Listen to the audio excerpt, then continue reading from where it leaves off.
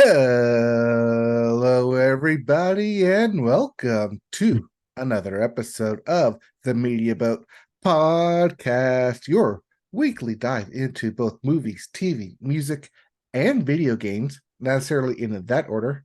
My name is Mario. His name is Luigi. That's not true. My name is Matt. His name is Mike.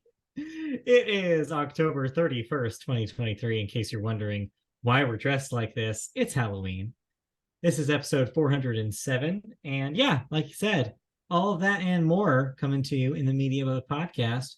And we're going to jump right into it because we have a time limit today. Yes, and because it is Halloween, and we got some tricks and treating to do later tonight. So let's get right into it. We start with the music section. Start the music section with the Billboard. Start the Billboard with the Hot 100.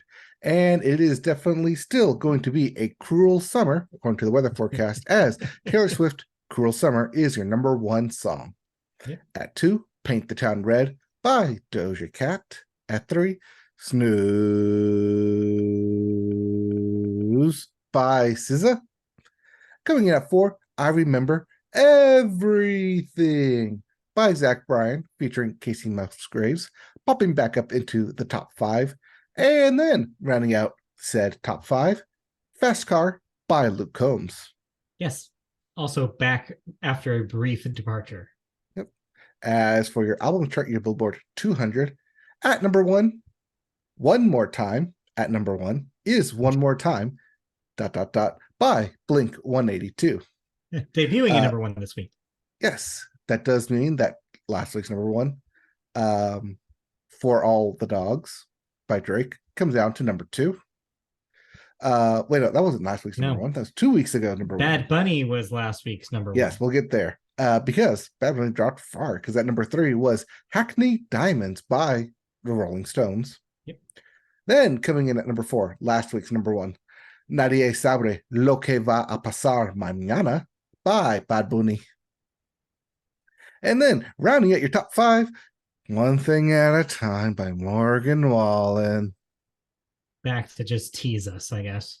Yes. If you like any of those albums, or if you want to listen to One More Time and our thoughts about it, you can listen to last week's show. But we have new releases. Starting with LXXXVII. XL is 40. So this would be 88. 50 plus, yes, at the 88 by Actress. That's how that works. See, because that was before, I was like, wait, why would you be subtracting 50 from 30 to 28? That didn't make sense. or 22, but that's right. You got to put the X in front of the L to get XL for 40. We also have Equal Strain on All Parts by the late Jimmy Buffett. Yes, his final album, his first posthumous album. Yes, first posthumous album, because there will be more unearthed records coming from Jimmy Buffett. We also have Blanket by Kevin Abstract. So that may or may not actually be an album. Aging by Kevin Drew. Phone Orphans by Laura Veers. Or What That Bottom Drawer in the Garage Is. All the Phone Orphans. We also have The Comeback Kid by Marnie Stern. And lastly, Little Bit of Sun by Semisonic. Yes, that Semisonic. Yes. They're closing time, right? That's Semisonic? Yes. Yeah. Except they never close because they continue to put out albums. Something like that. Well, they don't have to go home, but they can't record here. That's true. Anyways, let's get into some music news, and we start with the Beatles. What year is it? What decade is it? Because what has been described as the Beatles' last song has a recently completed version of Now and Then that includes contributions from all 4 members is about to enter the realm of the now. The long-teased track will finally reach the public's ear in 1 week on Thursday, November 2nd, this upcoming Thursday. That's not all the Beatle news for Beatlemaniacs. Just over 1 week beyond that, on November 10th, Apple Corp Limited and capital UME will release refreshed and expanded editions of the two 1973 collections that long stood as the most cherished greatest hit sets from the group. The 1962 to 66 and 1967 to 70 albums, aka the Red and the Blue albums. The track list for both collections have been considerably expanded, updating sets that originally held 26 to 28 tracks each, with these new additions now containing 38 to 37 songs, respectively. So an additional 10 songs unearthed from the Beatles vault. See, Taylor, you're not the only one who can do it. Well, specifically one song that we haven't heard. As for the expanded Red and Blue albums, I imagine that they'll just probably put on more songs from those eras that weren't on those records before because of maybe size restraints, because these were actual LPs in 1973. Now, with streaming and CDs, they can slap as many songs as they want on that thing. So yes, I imagine made that very clear for all of us. I imagine they will these will probably be now the most definitive greatest hits collections of their entire careers, with all those extra songs stuck in there. So Beatles fans will have a lot to enjoy in the next couple of weeks. While this will be hitting streaming, I wonder if they will also, for the holidays, be releasing a more expanded collector's edition. Oh, I bet there's going to be some expensive big package that you can buy here. Do I hear the sound of money being made over that idea? Oh yeah. Oh yes. Speaking of money being made, and speaking of bonus tracks, hey Taylor, I know I just kind of bashed you there, but hi, it's you. You're back on our news again. Because on the day of the release of 1989, Taylor's version, she, once again, set a Spotify record in becoming the artist with the most streams in a single day in the streaming service history, according to a statement from Spotify itself. The company added that on top of that, 1989, Taylor's version, had set the 2023 record as Spotify's most streamed album in a single day so far this year. While Spotify did not release overall numbers for the album or Swift's total as an artist, as its custom when announcing records being broken, the company did say that the new vault track, Sloot, we're explicit, Slut, Taylor's version, debuted in the US at number 1 with 5.2 million streams, and globally with 11.3 million streams. On the global chart, meanwhile, a non-vault track, Style, Taylor's version, slipped just slightly ahead of Slut, debuting with 11.6 million streams. So everyone's jumping in on that Style track. I mean, not super surprising. We knew that Midnight had previously held this record. It was the most listened to Spotify record last year in 2022 on its debut. Mm-hmm. And so now Taylor's got the 1 and 2 spots, which is pretty impressive of all time for Spotify. Not bad. Although we knew this was going to be a big deal because 1989 is one of her most cherished records. It's one of her best-selling records. So yeah, the re-record, of course, is just going to be just as big of a deal. Yeah. I unfortunately did not participate in that because I didn't listen to it via Spotify. Well, me neither, but... All right, so let's talk about the lossless audio version then of 1989, Taylor's version. Yes, those fancy pants are too fancy for Spotify's only 320 megabit per second recording. It's not good enough for us. We need more. Yes, so we both listened to 1989 Taylor's version. Of course we did. We're the Media Boat podcast. What did you expect us to do? And yeah, it's yet another re-record in her re-recording project. This is, like I said, one of her most beloved records. It has some of her biggest hits of all time on it. It had what, four number ones, I think, in its I original think run. 4. Yeah. Blank Space, Wildest Dreams, Bad Blood Bad Blood, and did style. Style hit number one? That's the question. I'm not sure. Regardless, yeah, just like hit after hit, and was a huge financial success. Now we have the Taylor's version. You had Shake It Off in there, right? Yeah. Oh, Shake It Off. I must have forgotten Shake It Off. Oops.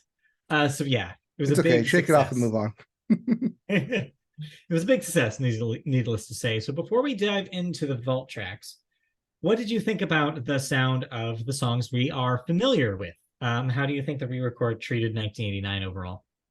I think it amped up more of what the sound was in the early 2000s, hitting a lot more on those kind of electronic beats, electronic pop songs, going into a lot of more of like the new songs, like from the vault track. Though I still don't see why people crave New Romantics. I listen to it, it's good, but yeah, you're giving me faces. I see this. Yes, for the audio listeners, I am aghast. It's good. It's not like, oh, it needed to be on the album. If anything, a lot of these tracks, especially the way they were re-recorded, might I say, definitely helps with the flow between what was 1989 and how it went into the transition into Reputation, the album after. I definitely hear a lot more of that in this production. I'm like, oh, I see those elements now looking back at it.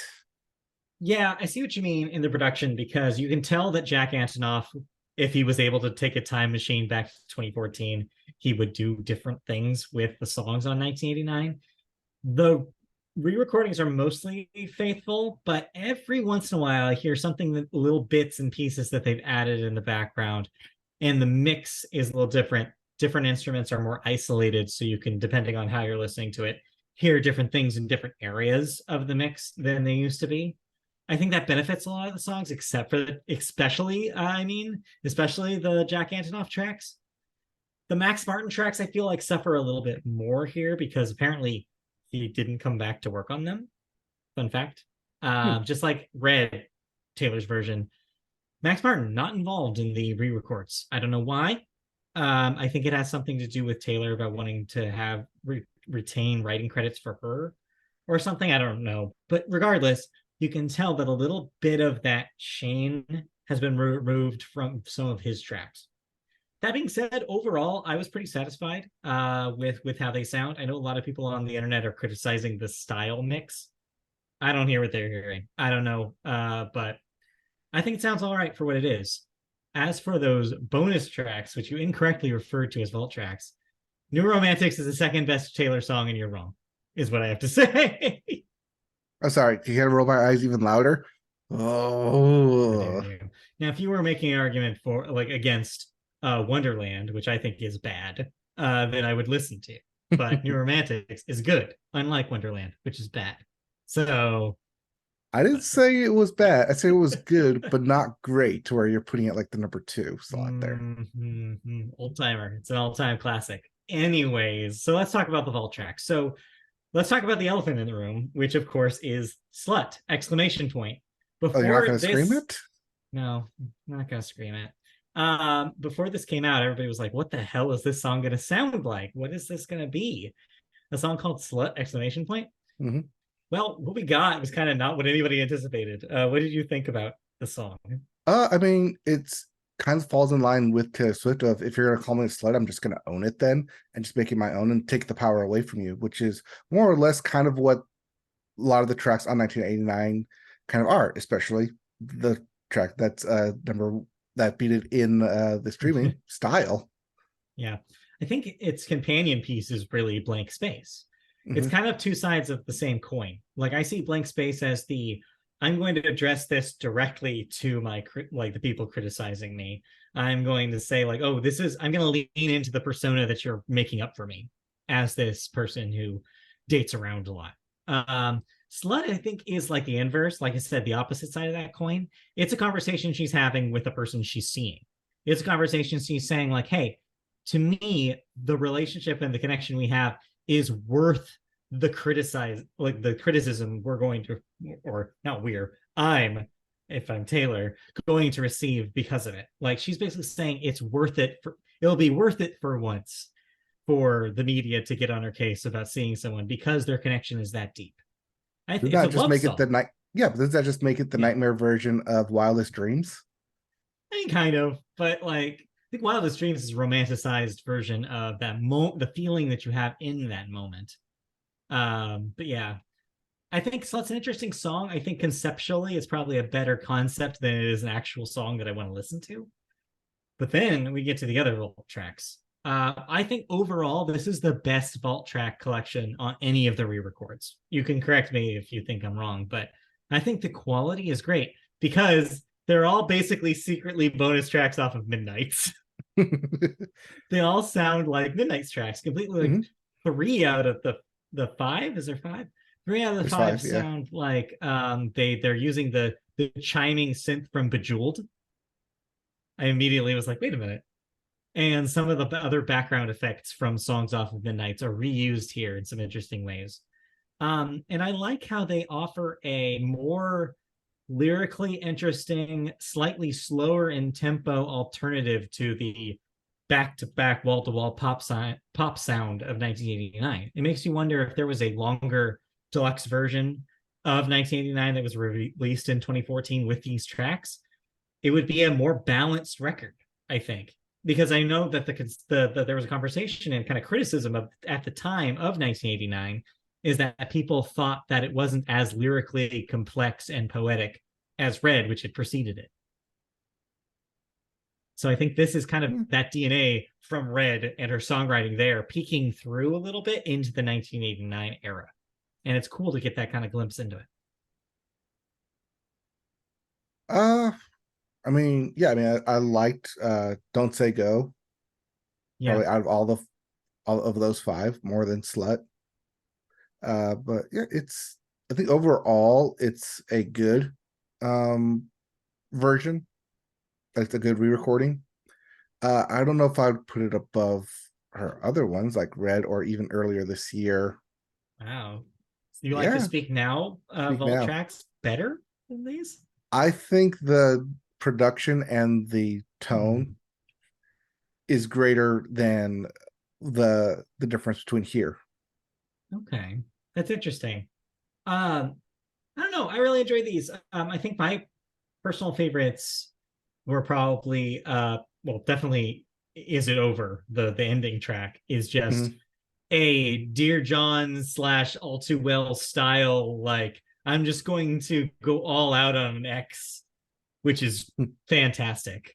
Um, allegedly about Harry Styles.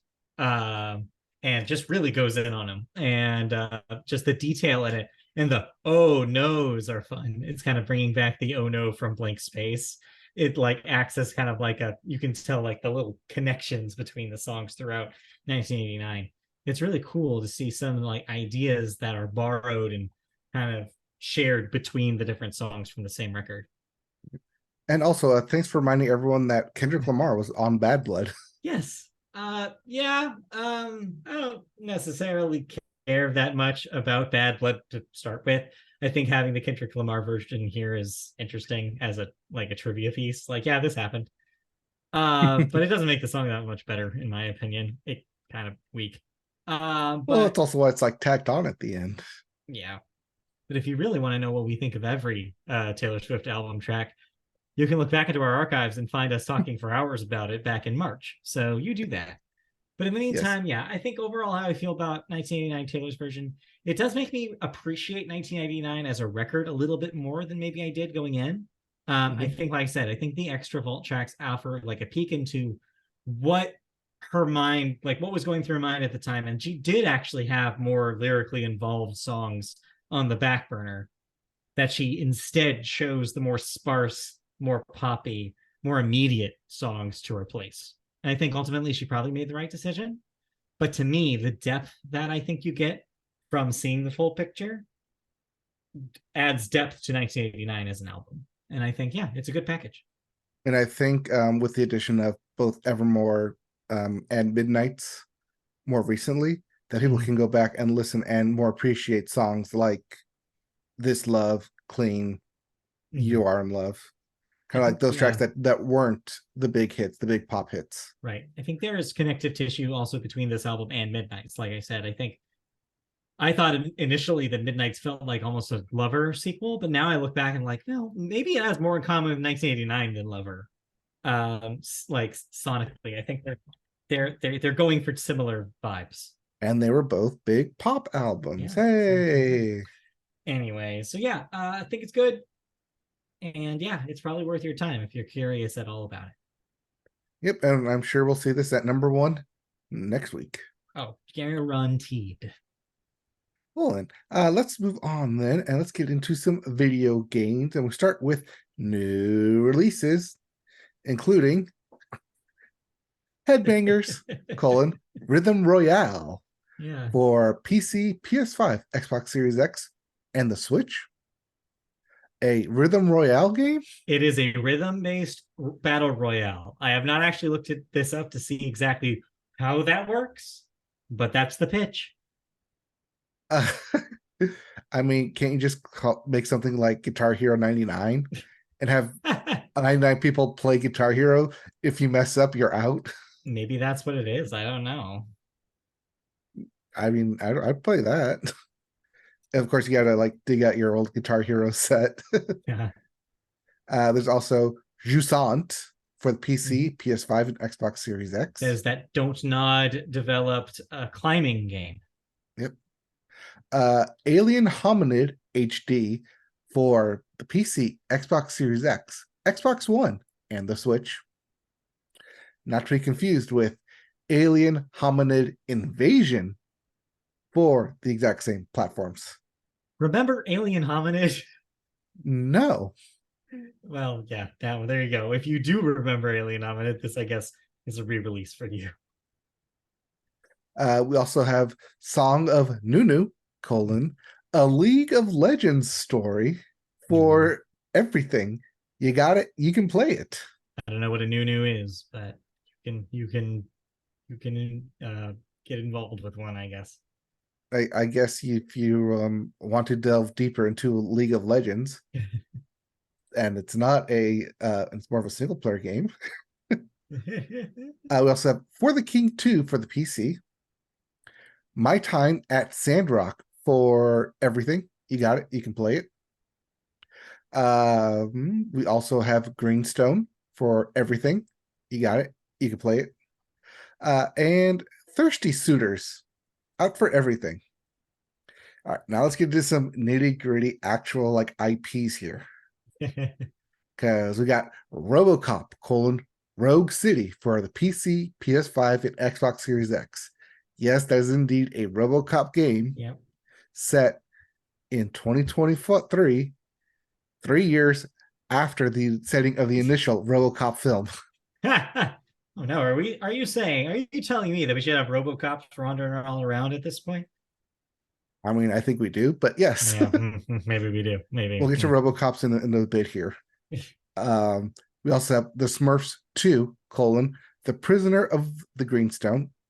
Oh, that was all in one. Yeah, earlier you just said Greenstone. Yes. We have Star Ocean, The Second Story, R, for PC, PS5, PS4, and the Switch. The Talos Principle 2 for PC, PS5, Xbox Series X. I might check this out because it is puzzle-based. Yeah, you'll have a puzzle game. I love my puzzle games. We also have DreamWorks All-Star Kart Racing for everything. You got it. You can play it. It's your favorite DreamWorks characters doing Mario Kart. Favorite? Well, they're DreamWorks characters. Fair enough. Which means you can have like 3 Jack Blacks all racing each other. Yes, one in panda form. And one in shark form. We also have EA Sports WRC for the PC, PS5, and Xbox Series X. That is World Rally Championship. That is their first EA branded rally game after they bought Codemasters last year. The rally car game. Yes. We also have Nickelodeon All-Star Brawl 2 for everything. You got it. You can play it. Is this one free? No. No. No, it's not. This is not a free product. I believe the first one was also a paid product. You're thinking of the other one, the Warner branded one. No, I'm not thinking of was it Versus? Yeah, Multiverses was a free to play game. I thought the Nickelodeon one was free No. too. The Nickelodeon one was a paid product. The Multiverses was free to play. Maybe I played like the like alpha version then. There may have been some sort of beta, I think, a playable beta. Yeah, because we're playing it like initially. We also have WarioWare: Move It for the Switch. Also, Clear Out Your Space. Fashion Dreamer for the Switch is out. We also have Football Manager 2024 for everything. I believe this is the soccer football manager, Correct. not Yes. the American football. Correct, yes. And then lastly, the Invincible for the PC, PS5, and Xbox Series X. So I will be playing both WarioWare Move It and Fashion Dreamer before next week's show, so I will be able to talk about both of those games. Your Switch is going to get a lot of action between that and still playing Mario. This has been the fall of the Switch for me, for sure. Not the fall of the Switch, but I guess the autumn of the Switch is what I should have said. But also the fall of the Switch. The season of the Switch. Yeah, season of the Switch. The season of the Switch. Yes. We got there. Yeah. Halloween. Yeah. All right. Speaking of Halloween, let's get into some spooky news and more like downtrodden news. Bungie, the makers of Destiny, is the latest Sony Interactive Entertainment studio to be hit with layoffs. Last week, you noted we talked about Media Molecule, also a Sony studio, also experiencing layoffs. While the scope of the job cuts is currently unclear, Bloomberg's reporter Jason Schreier claimed Bungie CEO Pete Parsons informed employees that a company-wide meeting would be held on Monday, which was yesterday, to discuss the situation. One employee impacted by the layoffs is Destiny 2's community manager and Bungie co-lead of accessibility, Lina Rupert. In the wake of this news, Bungie has reportedly delayed Destiny 2's upcoming expansion, The Final Shape, as well as its next full game, Marathon. Bungie CEO Parsons has addressed the news in a public statement. Quote, "Today is a sad day at Bungie, as we say goodbye to colleagues who have all made a significant impact on our studio.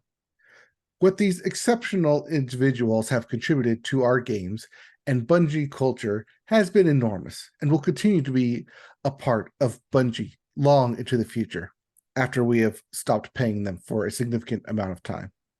Oh boy. So, a couple of things that seem to be the cause of this. One seems to be Sony corporate is making cuts in the PlayStation division because they're the only place where there's still profit. The rest of Sony is on fire because of the strikes and what have you, and the pressure on the electronics department with parts manufacturing, and expenses keep rising. So it seems like as a corporation as a whole, they're making cuts anywhere they can. And so we knew to a certain extent that more cuts were coming because of that. The other part of this that this comes from is Sony's also cracking down on teams involved in live games, because if you go back a year prior to this, they were making a big deal about a new focus on live games and trying to get more internet, like online, always online live games like Destiny started rolling as fast as possible. Remember the stuff about the supposed multiplayer game that was going to coincide with Last of Us 2? Then it got delayed, and then it got restructured. And then last month, a bunch of contract workers who were working on it got basically terminated from their contracts. This follows that too. They're apparently streamlining the development of the next live game, Marathon, before it's even been basically started. And so yeah, so it seems like from both are reasons why this is happening. Sony is trying to figure out what the priorities should be for the PlayStation division and trying to make cuts where they can. It just sucks for people who are working on Destiny, a very successful live game, probably one of the only successful live games, and to see that it's getting gutted too is really disappointing to see. Yeah, but let's take a look at what Sony Interactive has recently put out that's been a success for them. Last of Us Part 2, single player.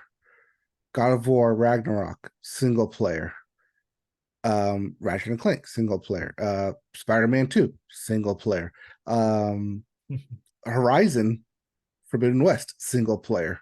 But this A is lot of Sony IP is streamlined to be single player and not necessarily online. Yes, but the problem with that and what Sony was trying to do was that they were trying to expand into live service games. So that way there were games that could be Fortnite for them and just keep making money forever instead of just making $70 per pop on one day that somebody chooses to buy it. And then maybe releasing a DLC pack for $20 a year or two later. They want constant revenue. Those venture capital people on the board want constant revenue.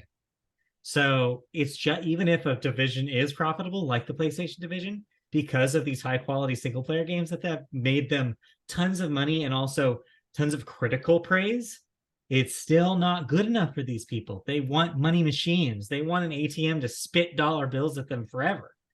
And they're running into problems getting those off the ground fast enough for their financial years to close. And so this wasn't fast enough for them, so they're cutting jobs. I need to bring back PlayStation Home. Just let me wander around and buy digital equipment. Honestly, yeah, maybe that's a pitch that they could do, like a new version of Home. Hopefully they have the VR to do it too. Yeah, I guess so. I don't know. We'll see what they do. All right. Well, hey, maybe they'll just buy another company.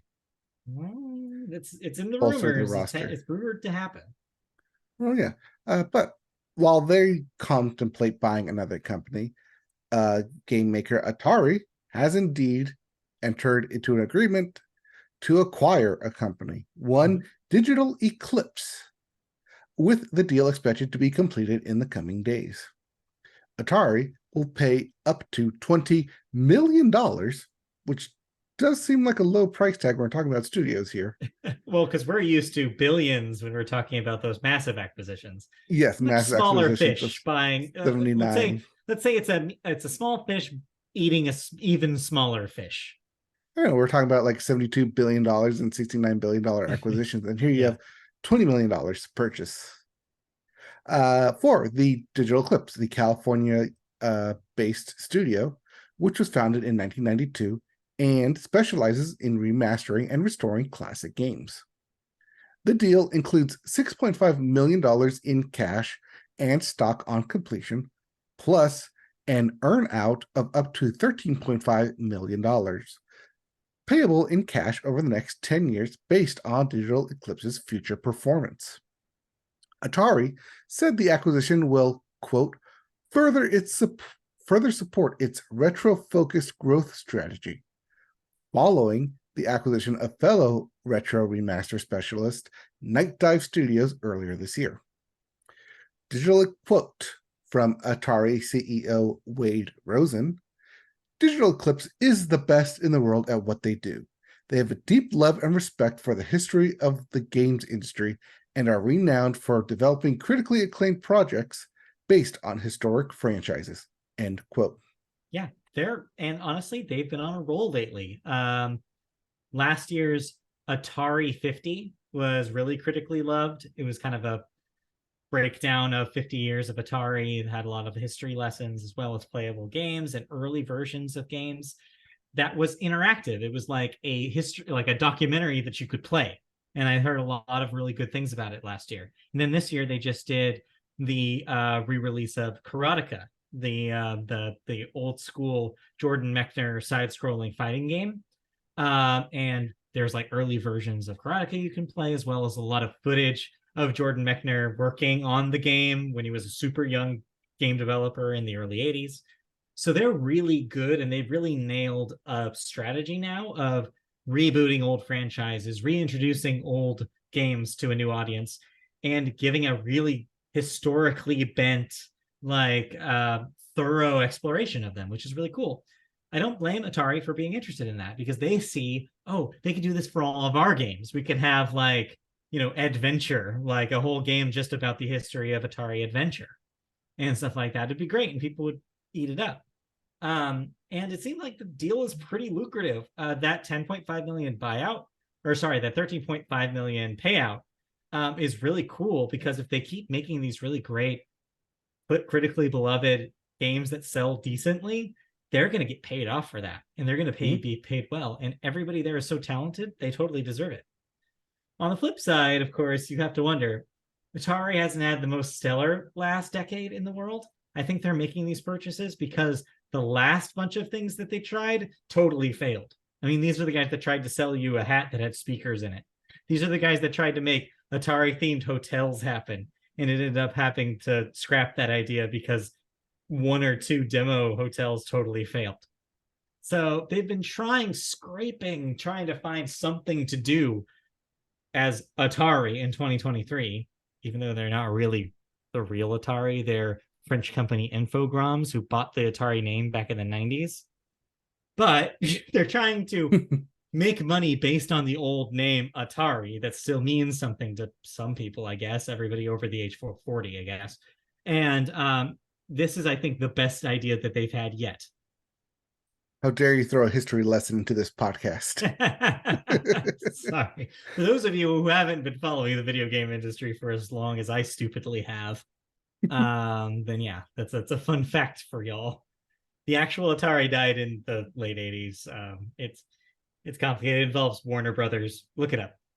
Anyways, I mean, congratulations on the payout. Yeah. What was that? Hopefully 20 years. 20 years? Yeah. 20 years, $20 million? 10 years. 10 years, 13.5. Well, no, the studio was founded in 92. Oh, yeah. 20 years, $20 million. I guess, hey, they're worth it.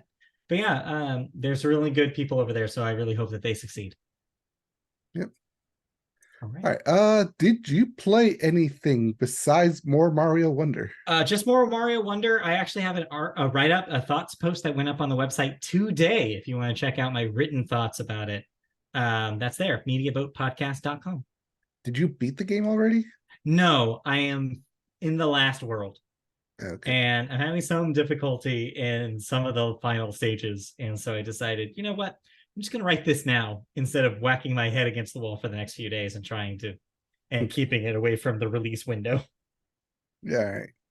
All right. Still playing Spider-Man 2, still streaming it. Probably won't be streaming it as consistently, but I will still be posting photos on Twitter X when I complete a section of the game. Indeed. Looking forward to more comic book covers and weird ass poses and stuff. Yeah, I'm having fun with the filters. Filters and poses. I bet. All right. With that, then we'll move on to the second half of the show, where we move into television, and we always start the television section with the sports corner. We start sports with some NFL news for you. Quarterback Bryce Young has finally won a game. Everybody give him a round of applause. Yay! This does mean that the 2008 Detroit Lions once again hold the record for being the only winless team in the NFL. Damn. Meanwhile, the trade deadline in the NFL ends today. Anything interesting trade-wise? Yes, we had a lot of different moves, especially on the defensive side, where the Washington Commanders had a fire sale with both former number 2 overall pick Chase Young going to the San Francisco 49ers. And then linebacker Montez Sweat. Oh, sweet. Yes. Going to Chicago.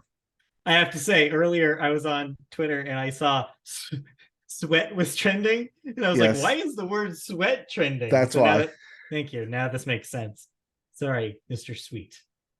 Yes, Mr. Sweet. We also had other defensive end Leonard Williams going from the Giants to Seattle. So now it's another two high profile defensive ends coming into the Rams division. Yeah. And lastly, this past week, five starting quarterbacks promptly got injured, and a couple of them out for the season. Yikes. So, former Arizona starting quarterback through 8 weeks, Joshua Dobbs, is now going over to Minnesota as Kirk Cousins suffered an Achilles tear. But yeah, it was definitely a horror weekend to be a quarterback, as five starting quarterbacks got injured this past week, and a total of 13 different backup quarterbacks went in this past weekend. 13 out of 32 teams. Yeah. Halloween came early for the NFL, sounds like. Yes. All right. Meanwhile, moving on into Major League Baseball, the World Series has begun and is in progress. The Texas Rangers are up 2-1 against the Arizona Diamondbacks.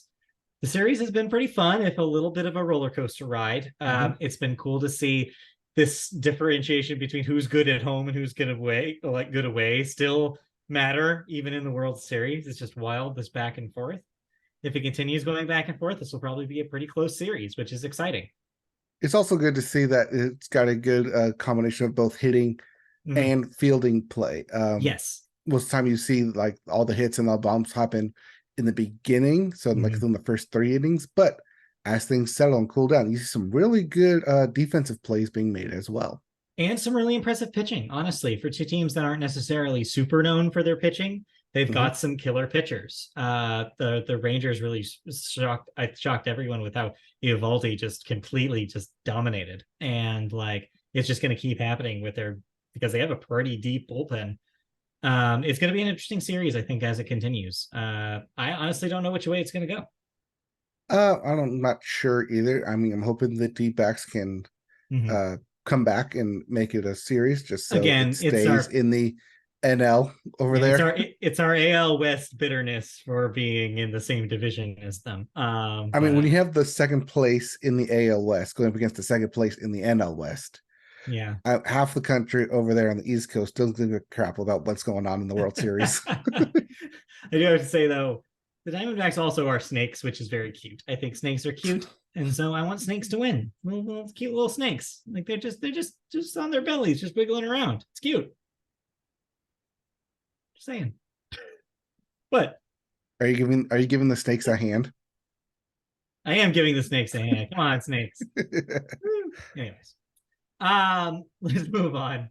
Meanwhile, hockey continues. The NHL is continuing just recently started season. Boston and Las Vegas remain the only teams undefeated. Meanwhile, the San Jose Sharks, 8 losses and 1 tie. 8 losses and 1 loss in overtime. That they do not do ties in the NHL. Wait, what? Yeah. That is an overtime loss, meaning you still get 1 point. Overtime losses as a separate thing than a loss? Yes. Because if you win the game, if you win, you win. There's no like overtime win. It goes win, loss, and then you lost in overtime, where you still get a point because you made it to overtime, but you lost. So you don't get 2 points for a win. You get the 1 point for the tie through regulation. I don't like it. I don't like it. They tie through regulation, but you got to have a winner, you know? Yeah, I know. So just say it's a win or a loss. But overtime. Baseball does it. Bonus innings. It's not hard. They can just, whatever. Anyways, I'm just saying every other sport has figured this out. I don't know why hockey is weird. It's Canadian. Yeah, it's Canadian, I guess. Yes, where they want to applaud you for getting to bonus time. Yeah. And then meanwhile, in the superior National Basketball League, Boston, Denver, and Dallas are undefeated so far. Houston and Memphis are still winless. Meanwhile, adopted team over here in our household, the the New Orleans Pelicans, they are 2-1 after being beaten by the Golden State Warriors yesterday. And in trade news, 1 week after the season has started, James the Weird Beard Harden, as we reported back in the summer when he demanded a trade from the 76ers, Right. finally got his trade Got it. to LA. His little sister, the Clippers. Oh, the Clips. Yeah. So now he gets to play with Kawhi Leonard and Westbrook. So, it's like the 2017 All-Star team in 2023. Wow, deja vu all over again, I guess. So yeah, that's it for real sports. We also have NASCAR. Oh, sorry. Sorry, that's harsh. Sorry. NASCAR news this week. Ryan Blaney, Christopher Bell, William Byron, and the speed racist himself are the final four going into the Phoenix Championship this weekend. Yep. So while there have been 3 stages leading up to this of 3 races, championship weekend gets 1 race to decide it all. You put them all on the track. You put the 4 guys who actually matter on the track with 26 other guys who don't matter and could possibly ruin it for one of them. Get 1 night to run around the Phoenix Raceway to decide the champion. Whoever crosses that checkered flag first amongst these 4 will become your 2023 NASCAR champion. I'm rooting for an upset. Let's see some chaos. Just like the Diamondbacks, bring the chaos. We're rooting for Blaney here, especially since he won this past weekend in order to secure his spot. Okay. But yeah, we're rooting for Blaney and Blaney's ladies. Blaney's ladies? Yes, that's what Blaney's ladies fans call themselves. They're Blaney's ladies. Good to know. Yep. Anyways, enough about Blaney's ladies. Anything else in sports that we need to talk about before we move on? I mean, so. This past week was the best week in sports, where all sports were being played at the same time. Yep. So as soon as the World Series ends this week, then we have to wait a whole other year for it to happen. But yeah, enjoying all the sports that are currently going on. I mean, hell, this is probably the first time that I've ever been I had one night last week where I was switching between 2 games. Yeah, which I've never done before. Yeah. Two different sports too, where I was like maybe the same sport I've done that, but not with 2 different sports before. I was like, oh wow, this is new. Mm-hmm. So yeah, sports, they're happening. They're everywhere. Anyway, but they're not happening anymore because now we have to move on to television news, where we catch up with the newest news from the SAG-AFTRA strike. Thousands of stars, including Sarah Paulson, Sandra Oh, Daveed Diggs, Pedro Pascal, and Cal Penn, aka everyone who Christy thinks is hot, will address the SAG-AFTRA, more or less, SAG-AFTRA negotiating committee, declaring that they would rather stay on strike than accept a bad deal. Quote, back in June, before we went on strike, a large group of members signed an open letter telling our leaders that we would rather go on strike than take a bad deal. Now, more than 100 days into our strike, that is still true.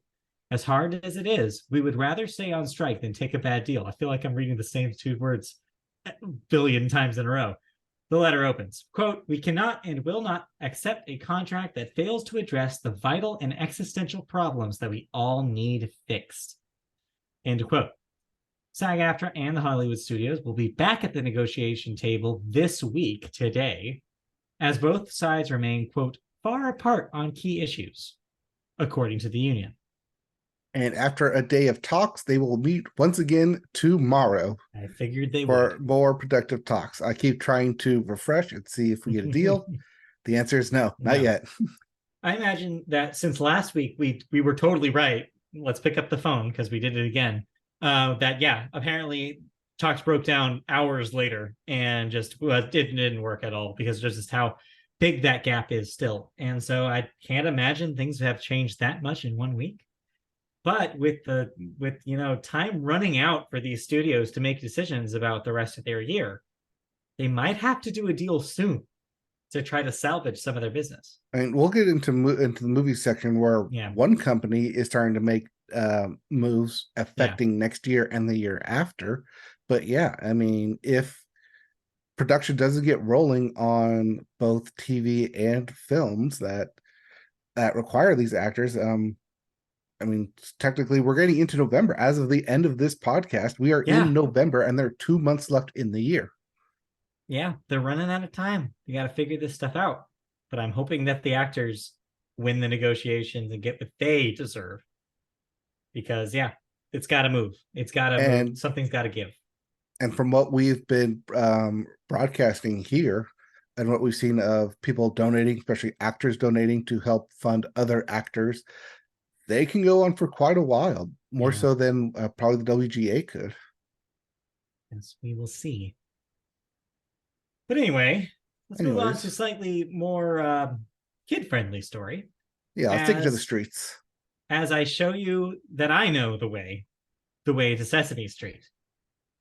The long-running children's series will be getting a creative overhaul for its 56th season, which will debut in 2025. The most significant change will see the program drop the magazine-style format, as is long used, in favor of 2 longer, more narrative-driven segments, which will be paired with a new animated series, Tales from 1, 2, 3. Oh, come on. Say it in the spooky voice, because it's Halloween. Tales from 1, 2, 3. The new format will feature 2 11-minute story segments with a new animated series sandwiched right in between them. The changes are the most significant for Sesame Street since 2016, when the show went from 1 hour to 30 minutes, and from PBS to HBO.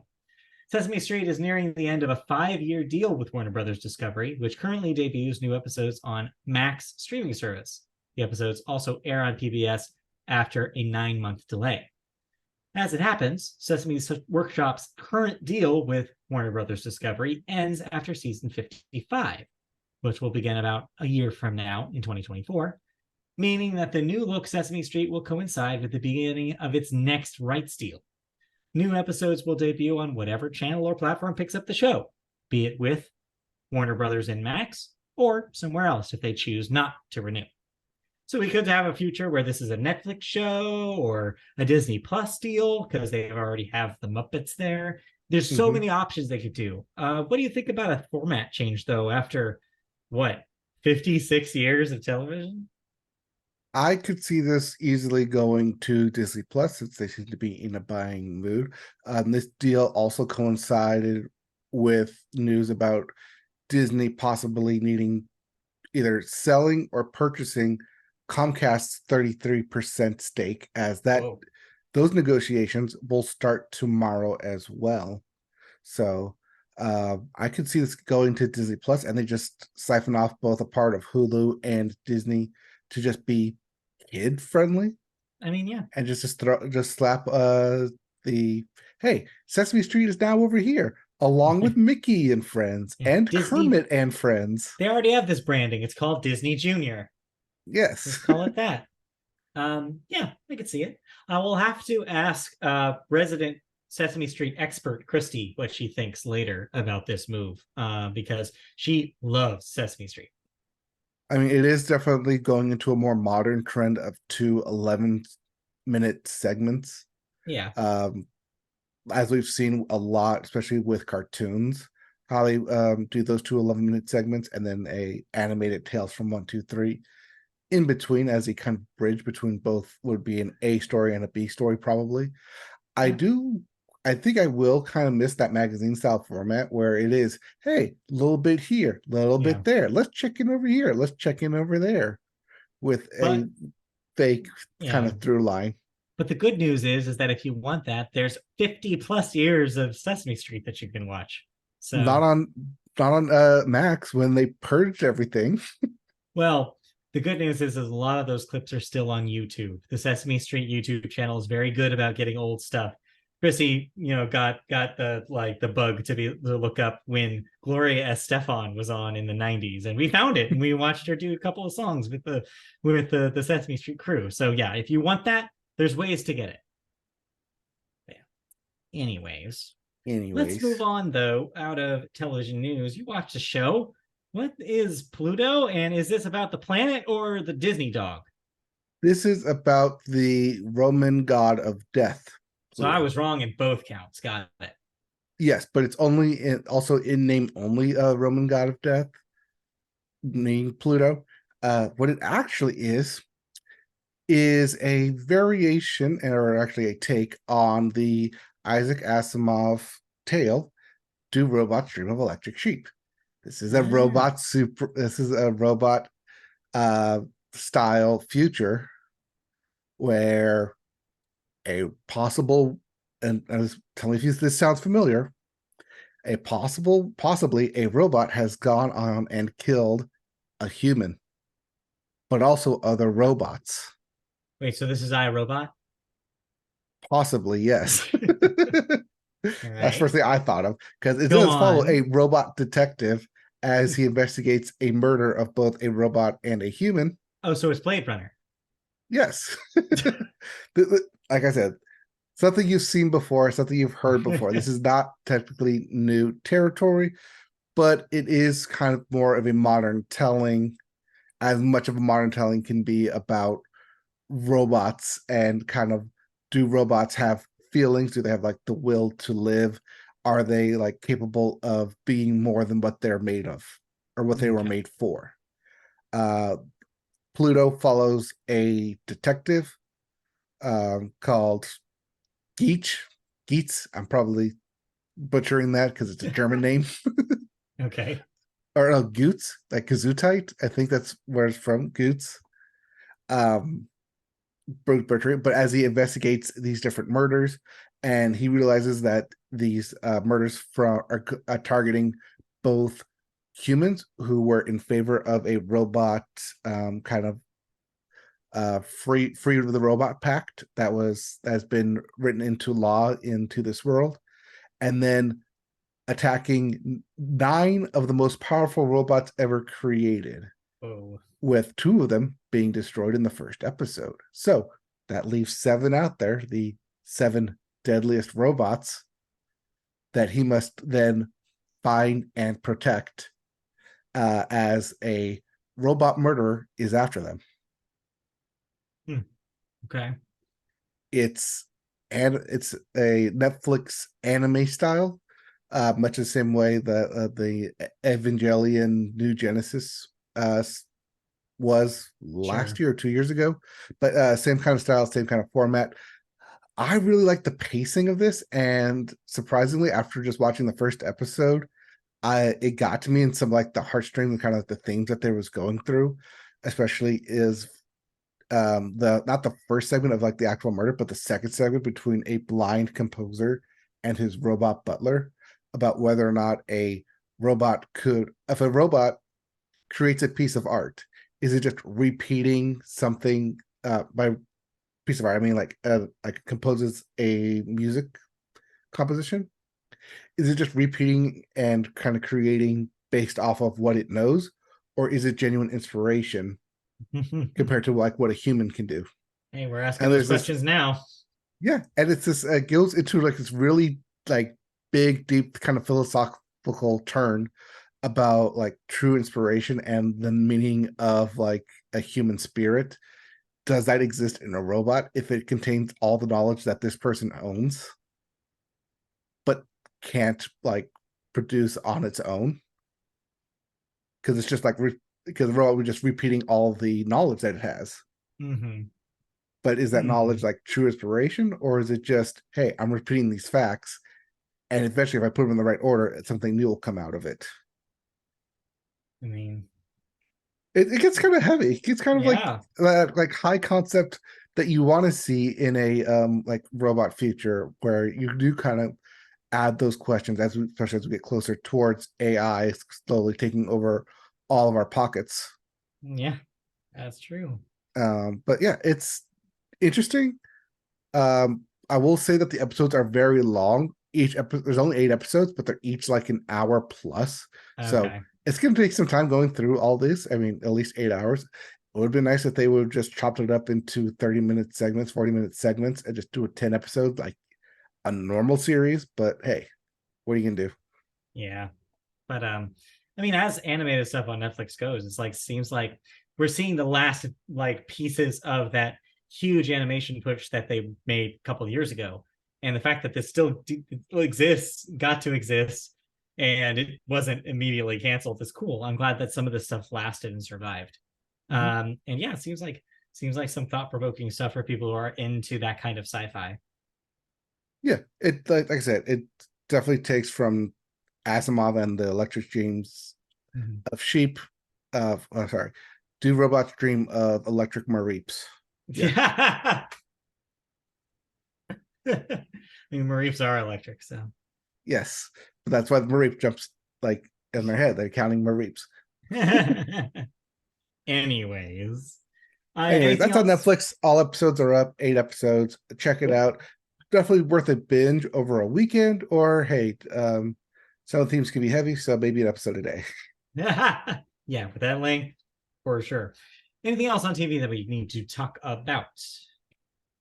I mean, as soon as sports kind of wraps up, maybe you'll see a return to form. But hey, while SAG-AFTRA is still going on and on their strike, Yeah, actual return of TV is going to be delayed, so that way they can get actors to re-promote their seasons that have filmed. yeah, it's kind of a dead zone right now for us as well. So we're kind of playing catch up on some older stuff. Yep. All right, with that, let's move on then into cancellations and renewals. What am I no longer watching? Thank you for saying the line. 2 cancellations this week. Rabbit Hole got canceled after 1 season on Paramount Plus, and Fatal Attraction also canceled after 1 season on Paramount Plus. There's a pattern here. Then we also have some deaths this week. First up, we have Richard Mole, age 80, was an actor in shows like Night Court, House, and Batman the Animated Series, among others. He was the bailiff on Night Court, the original Night Court. Aha. Was he in the reboot? I don't remember if he was in the reboot. I had stopped watching after like 4 episodes. I mean, I stopped watching after 1, so that's why I asked. Next up, we're just talking about Shaft. Richard Roundtree, specifically age 81, the original Shaft, was also in movies such as Seven and Speed Racer. I mean, a little on the older side, but still just a legendary like figure with a lot of memorable roles, especially Shaft. Yeah. Saw this after we had just wrapped up our podcast last week. Yes. So that's why it's coming up this time. Yes. And then lastly, the one that most people were talking about this week. Probably the TV news, if I had to like actually put into TV news. Yeah. Matthew Perry, age 54. Of course, mostly remembered as Chandler from Friends. Was also in The Whole Nine Yards and Fools Rush In, among other roles over the years. The reboot of The Odd Couple a couple years ago. Yeah. I mean, known for having kind of an up and down life, had a relationship with drugs, was in rehab 16 times, I think is the number. Released a memoir last year going in depth about his substance abuse problems and having to deal with them while being a huge star on Friends and filming a lot of the last couple of seasons in and out of rehab and having driven back and forth between the set and back to hospitals. Did not quite have a charmed life. It seems like he was a complicated guy who was dealing with some real demons. And it is interesting then that as far as all the research shows so far is that he did not die of an overdose. He just drowned in his jacuzzi for unexplained reasons. There seemed to be a cardiac arrest perhaps involved, but it doesn't seem like substances were the source. At least that's the story as of this recording. Yeah, the one I saw was cardiac arrest in his jacuzzi. So yeah, it's a sad, tragic story of a sad, tragic guy. But on the flip side, he brought a lot of joy to a lot of people. Friends was the biggest show in the world back when it was airing, and it's still a huge hit in repeats and on streaming. And like generations of people use it as like a comfort show and like this thing that is always on in the background. And I think that the character of Chandler is going to live on, and his legacy will be that, and will be the laughs that he gave to people. Yep. Even generations of people who were born after the show stopped airing episodes, right, still resonate with Friends. Just going to show both the writing and the actors who were in it. Both TBS and Nick at Night, they obviously both run repeats this entire week. They'll be doing Friends tribute to Matthew Perry. You saw all over social media, different actors come out, different people from all walks of life, to say how influential and how relatable Chandler Bing was, and just how Matthew Perry brought that character to life. Yeah. Right now on HBO Max, in front of every new season, basically the first episode of a new season, there'll be a 10-second title card that says Matthew Perry, in memoriam. Things like 68 to 2023, like his date range. But yeah, will be missed.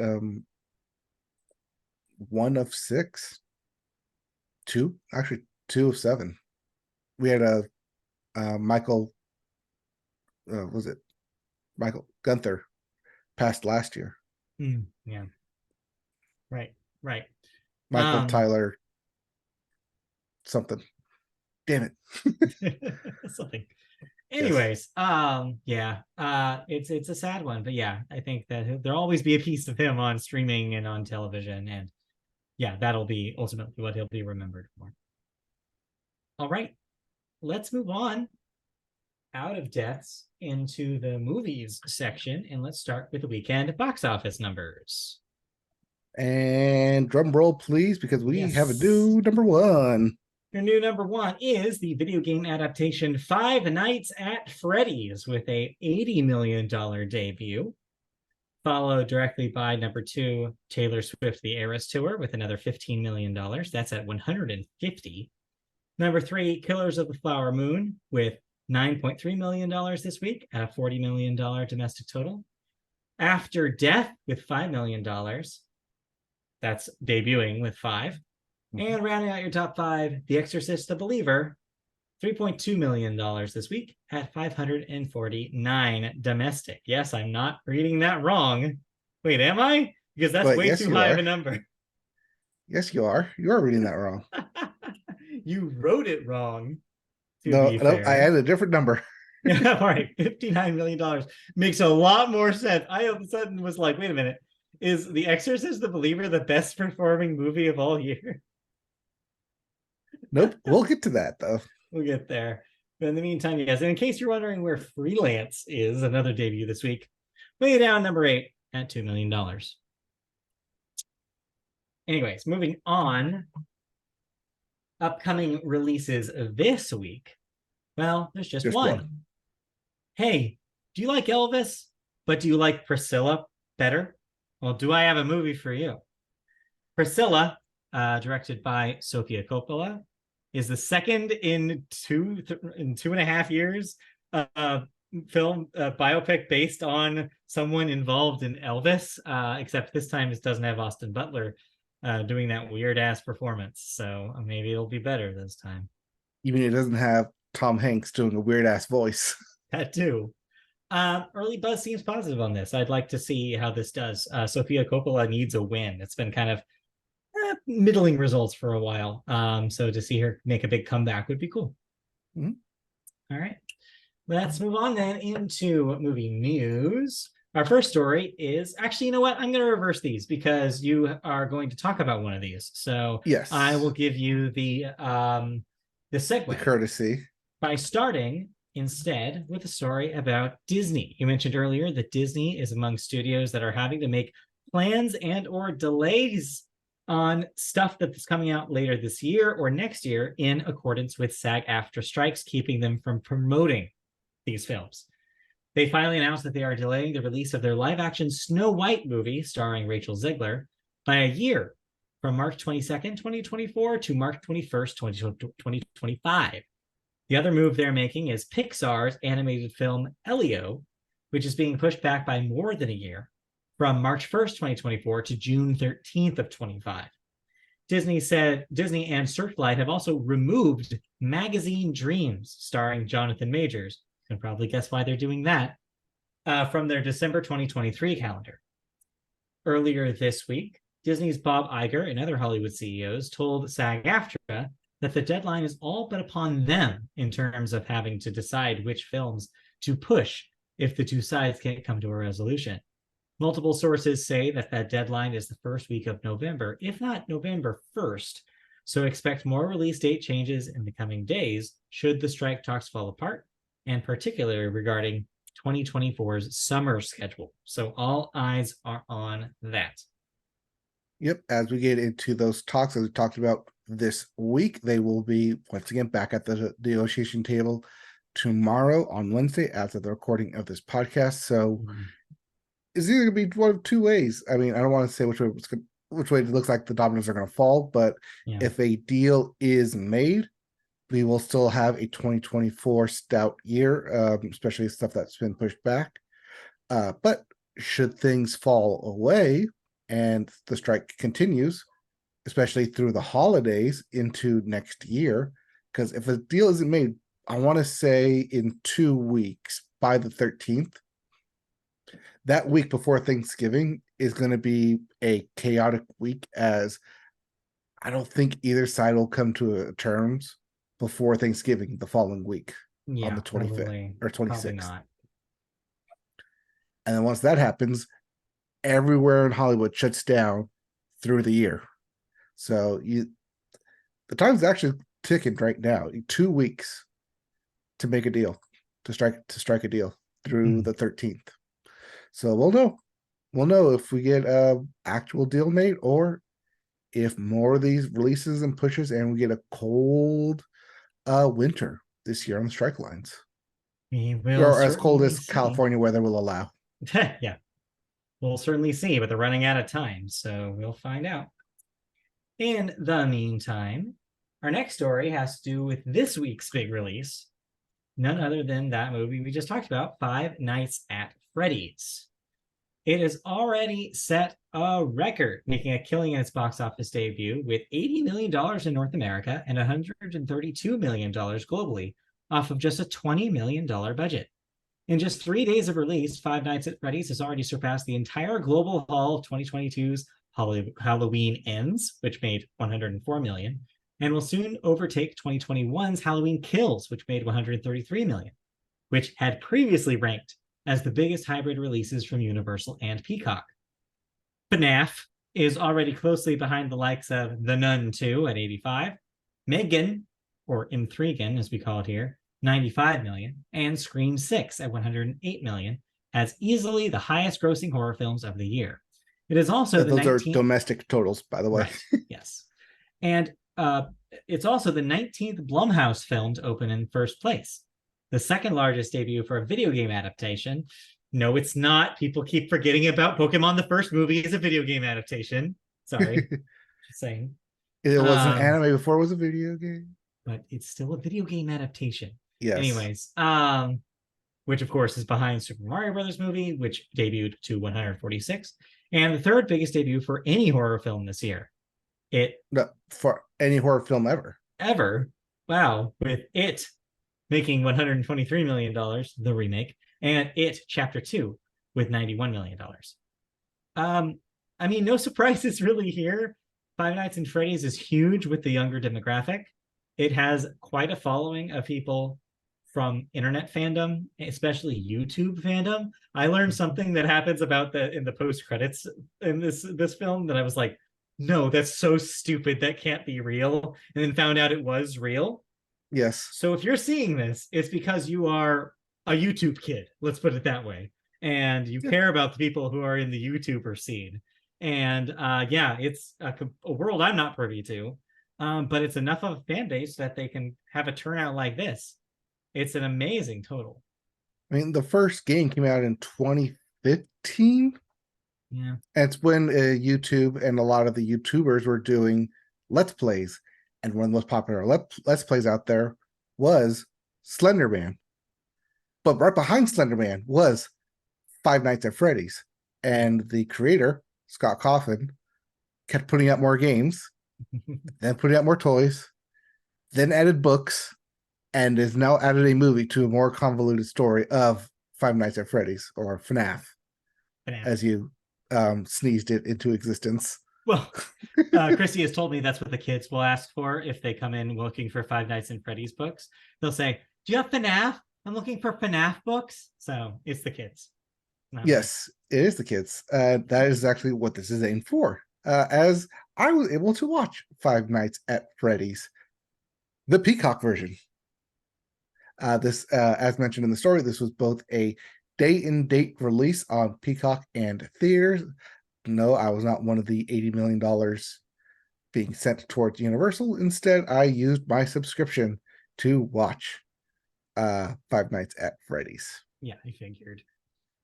So, as for the story itself, it definitely takes from the video game adaptation, very loosely based, because there's only so much like actual source material between. It's a Chuck E. Cheese like rundown restaurant where the animatronics come to life at night and haunt a security guard, because that's the basis of the first game. And I'm going to stick mainly to the first game, because when you get to like all the other games, like all the sequels, and it gets into really, really weird lore, especially when you get into like Golden Freddy's and Golden Bonnies and all those weird and fun characters. It's too much. It does feel like too much, especially when it feels like the creator keeps trying to rewrite his own rules, even so much to the fact that he wrote books, that there are books written about it that allude to stuff in the video games to say, hey, this is what I really meant about it. I just didn't want to say it at the time, but I just kept it vague, and doing more of those like mystery boxes that J.J. Abrams loves to do. So eventually, like, I'll fix it with something, and hey, this works now. We're not here to talk about the video games, though. Right. I had a step niece try to explain some of this to me a couple of years ago, and I didn't follow any of it. But anyways, yes, go on. Yeah. Anyways, right here to talk about the video game side, let's talk about the actual movie. And since the actual movie needed to have more of a human element to it than a speechless, a voiceless security guard, as is in the first game, they enlisted actorless Josh Hutcherson as the security guard Mike. No relation. No. As the security guard to help patrol the Freddy's Fazbear Pizzeria. But we need to give a reason as to why Mike is there. And it turns out he has a sister. No, not a daughter. A sister that he has to look after. And in order to maintain custody, he needs to have a job. So he reluctantly takes the job at the pizzeria. Wherein we expect to see both animatronics come to life and kill people. You know, that's what you want to see in a FNAF movie. That's why you're there. Yes, I understand. It's about the complicated ways in which people die. No, this isn't Saw. Okay, well, you know what I mean. Yes. In a more kid-friendly way. Yes, in a, hey, the Chuck E. Cheese-esque restaurant is really messed up if these animatronics came to life and wanted to kill you to exact revenge on the child souls that are trapped in their bodies. Yes, I see you getting those weird, like, what am I getting into here kind of vibes. I mean, I've already accepted that this is not for me, but yes, go on. But yeah, it takes the elements from the games and just very basic elements of like, hey, this is what happens, this is where we need to get to, and adds them into this movie while trying to maintain a human element between the brother and daughter relationship of wanting to keep her, instead of probably doing the smart thing and sending her to her aunt so she can properly raise the child, because you, security guard Josh Hutcherson, are a screw up, and they made sure to hammer that point home the first 10 minutes, to the point where, why am I rooting for this guy again? Just because he like is trying to take care of his sister? I guess. Overall, this film just feels like a first time director, which it is. Director first timer. But also that the script went through several revisions because none of it was good enough to maintain a cohesive story to keep me interested in rooting for these characters. There's definitely several tonal whiplashes, especially with the cop character Vanessa, where it's like, I'm here to help you, but you need to stay away from these things. Like, I need you, like, I'm here to like be your friend and like work with you, Josh Hutcherson and sister, but you gotta do what I say because otherwise bad things will happen. Because I know more than I'm letting on, but I'm also not going to tell you that. Just a lot of tonal whiplashes to where we need to like both establish that this is a good person, but also they know way more than they're letting on. It's fine. I think I agree more with the critics on this in that it's more of like a 30% Rotten Tomatoes than the 88% praise that it's getting from the fans. I do think it's like, yeah, like I do think there's like too much of a pushback maybe from the people who are incensed that God forbid that critics don't like this movie. But yeah, I don't know. But it seems like it's really meant for the super fans, is what I'm getting from this. As much as it's meant for the super fans, a lot of it, I think, just because the way it was shot for a first-time director and just from a story, because it's gone through several visions, being 5 years in development hell. I think we talked about this being picked up for a film in like 2018, and here it is finally seeing the light of day. Well, not the light of day, but finally being put into production as it was earlier this year. So it's fine for what it is. I think it doesn't do a good job of saying, hey, if you like this movie, here's a bunch of the video games that you can now go try out. I think it's more of the opposite where, hey, you like all those video games? Well, here's a movie to continue the story. By the way, I misremembered. I looked up the box office gross for the first weekend of Pokemon, the first movie. Yeah. Actually, kind of disappointing. Had a Wednesday premiere. So even after a Wednesday premiere, it only made 50 million in the first weekend. Yeah, but that's like $1998. It is $1998. So adjusted for inflation, it's one of the probably top 5, but cold hard numbers and yeah, and not quite as good. Yeah, just was curious.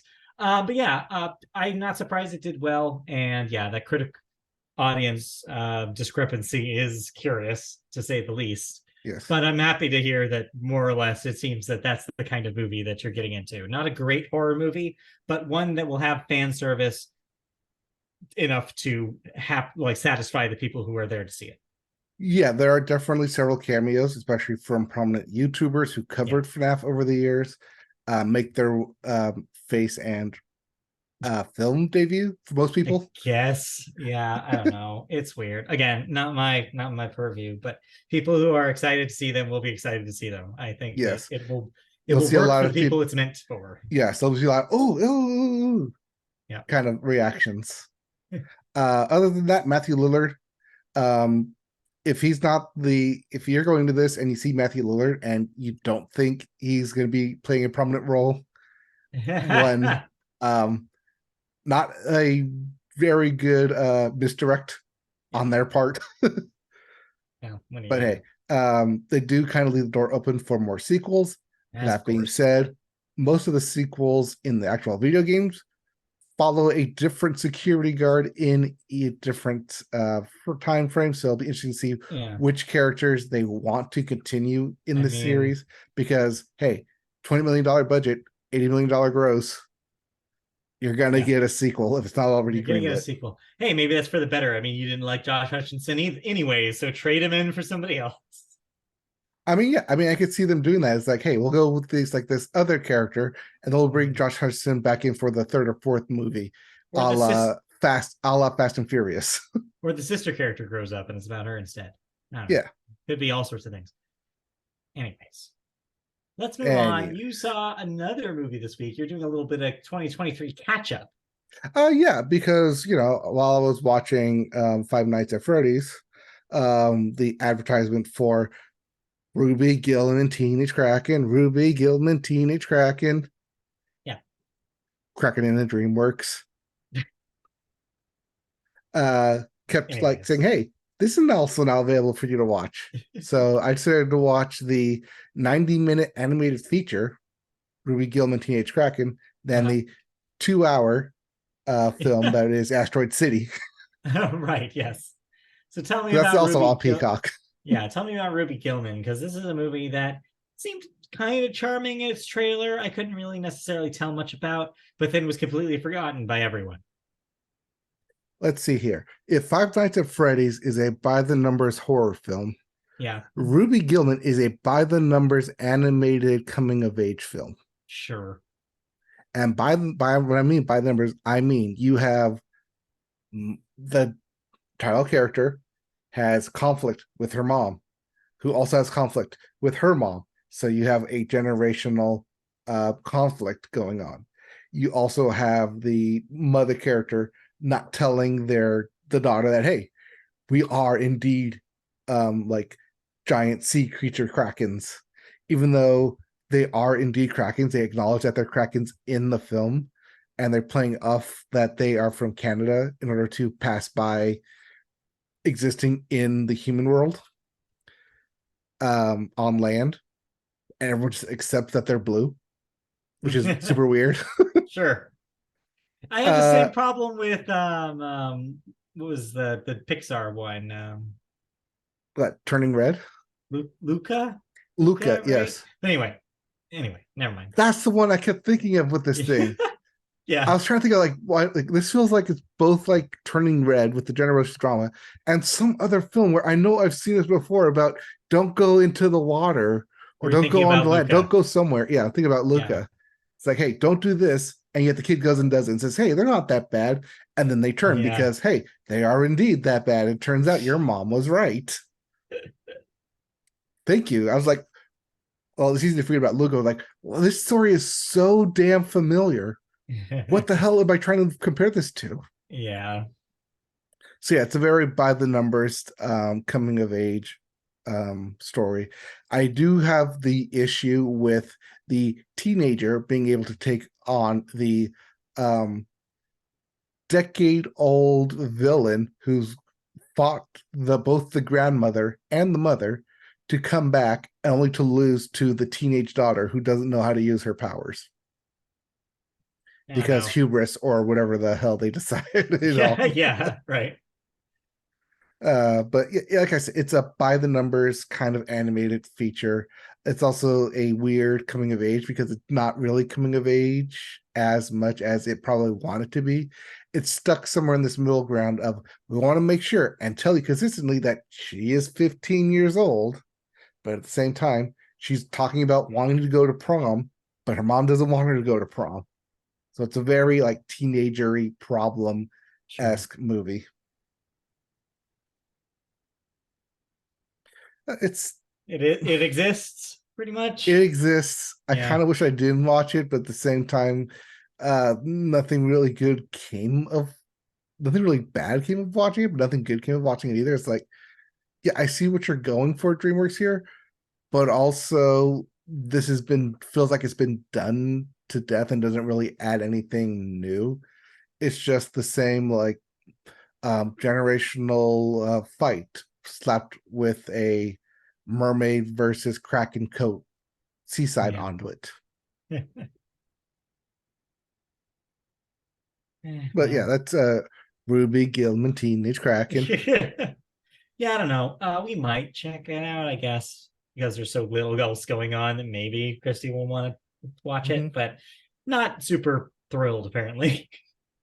Not No, thrilling no. enough. I went in with low expectations and somehow it like barely met them, I want to say. Oh Just man. like I said, by the numbers, just bring out your checklist. Like, yep, okay, they did this. Yes, they did this. Yes, they did this. I will say, it does feel like they focused heavily on colors and lighting and dealing with the water more so than they did with the story. So maybe we'll see some of this tech in future DreamWorks films. But yeah, I think they focused too much on like the look at us like working with light and water and moving through water enough Mhm. to like justify this entire film because that's what they wanted to do. They wanted to say, "Hey, look at us use this, but don't pay attention to the story." That's just how we need to work in using all of this new tech that we have. I mean, yeah. I mean, that used to be the classic argument about all these CG things, that they're just vehicles for technology. But Yes. yeah, it's kind of sad that that's still the case for some of these in 2023. Sometimes they still end up that way. Yeah. Yes. Well, anyway, well, that's disappointing. But hey, the good news is you don't have to watch it. So it's very deep Yes. We watch in it so you Peacock don't just have for to. you. Exactly. All right. Anything else before we wrap up the show today? No, let's wrap up so I can go watch Spider-Man into the Across the Spider-Verse on Netflix.